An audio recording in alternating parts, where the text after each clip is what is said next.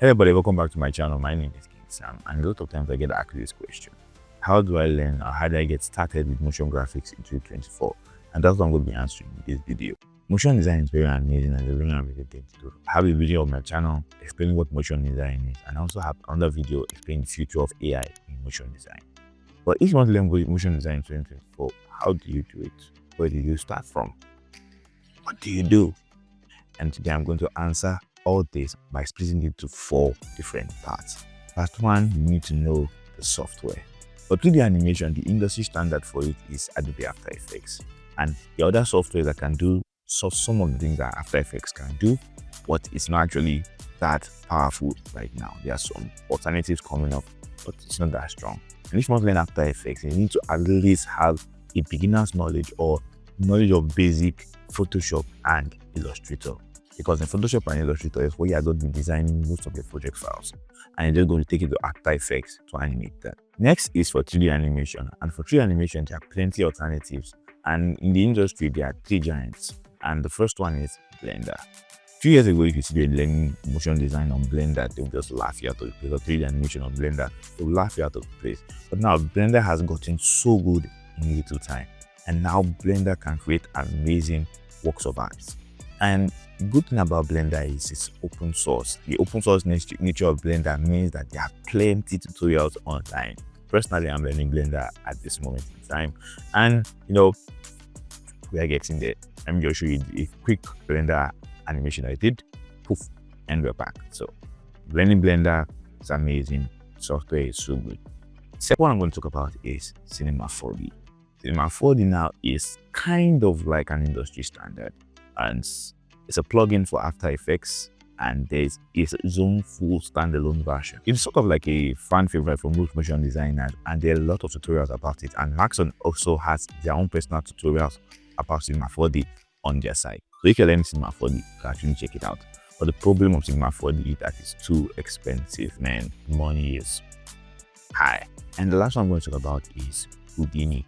If you have ever watched a movie that they created an ocean or a sequence of flames or exploding sequence, they are most probably using Houdini.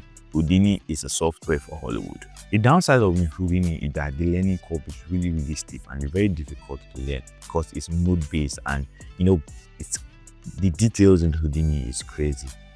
But the good thing about Houdini is that it's not too pricey for what you are going to actually do with it. Houdini is not as expensive.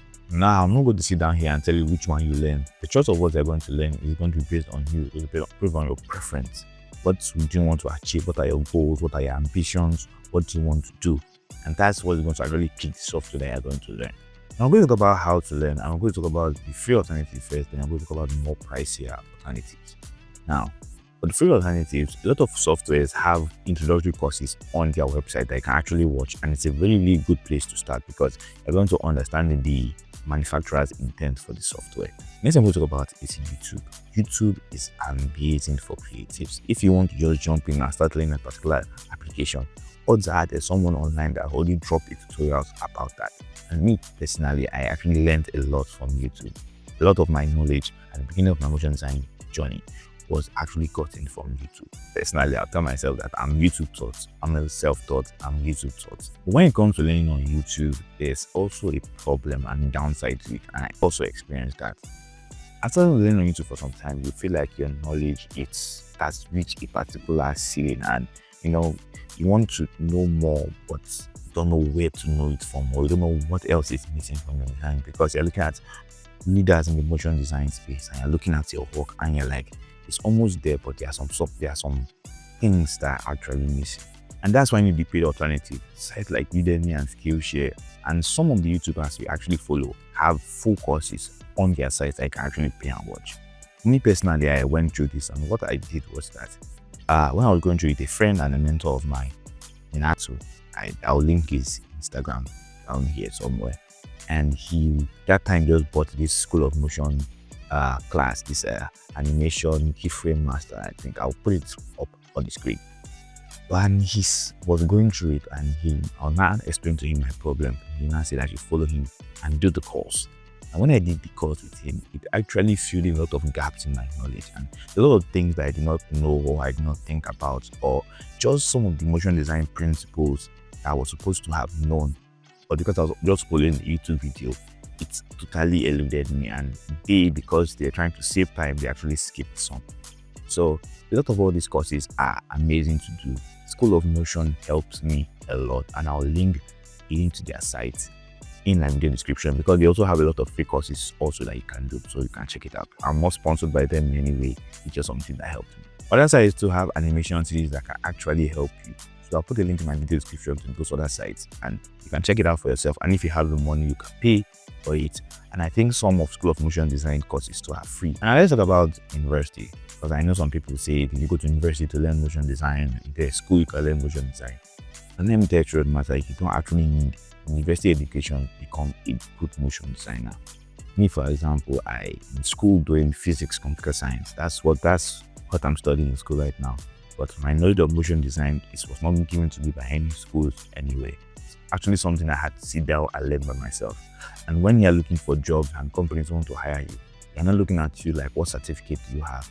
They're looking at you based on what can you actually do. Because certificates are good for just to present, but at the end of the day, you can have one of the best design schools in the world.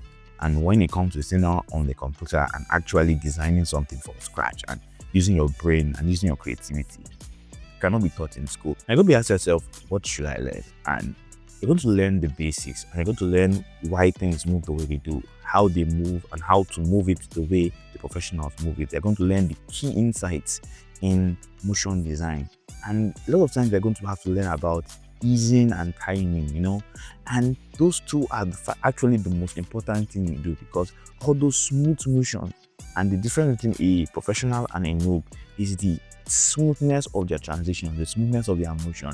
And it's actually really, really easy and complex when you get to know it. And I think you have to learn it almost at the beginning of your career. You have to learn not to focus too much on motion design. Learn a little bit of graphic design and design principles, because it's going to help you make better compositions. And I'll tell you, for all the angles and different things you can do with motion design, you have to try everything. Don't try one particular style. You can try 3D, you can try 2D, you can try a lot of abstract art, you can try motion graphics, kinetic typography. There are a lot of things actually you can do with After Effects. And I'll tell you to try everything. I'll tell you maybe at least once, twice, or 3 times, because you don't know what you're going to like. I don't know which one is going to resonate with you, and it's just going to make things easy. And I'm going to talk about the last thing, what next. Now that I've finished graphic design, I know my design principles. I've finished a lot of trainings and manuals, and I've crammed the entire After Effects library in my head. What should I do now? And the first thing you can do actually is get an internship. It can be paid or unpaid.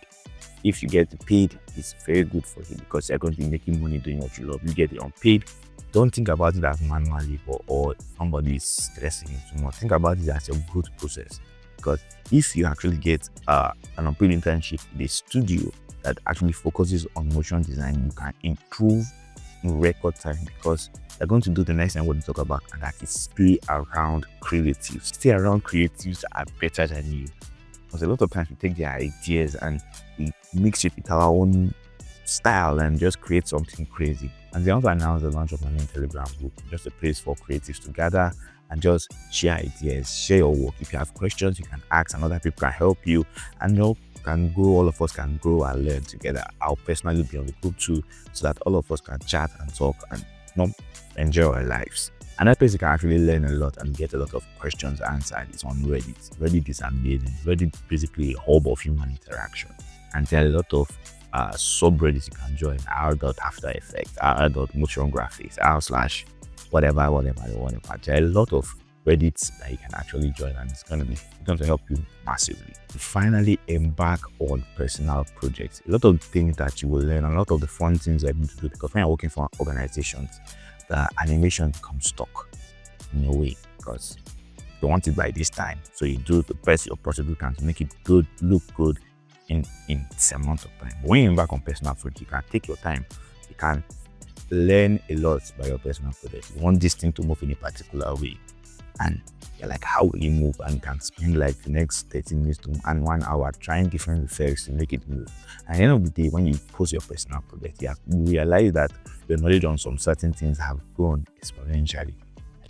Yes, okay, now that I'm able to do this thing in my next like business project, I can do it again. And I watch this video, why don't you check out this video instead? It's actually going to help you. You can find out what motion design is by watching this video right here. And I'll catch you in that video. Peace out.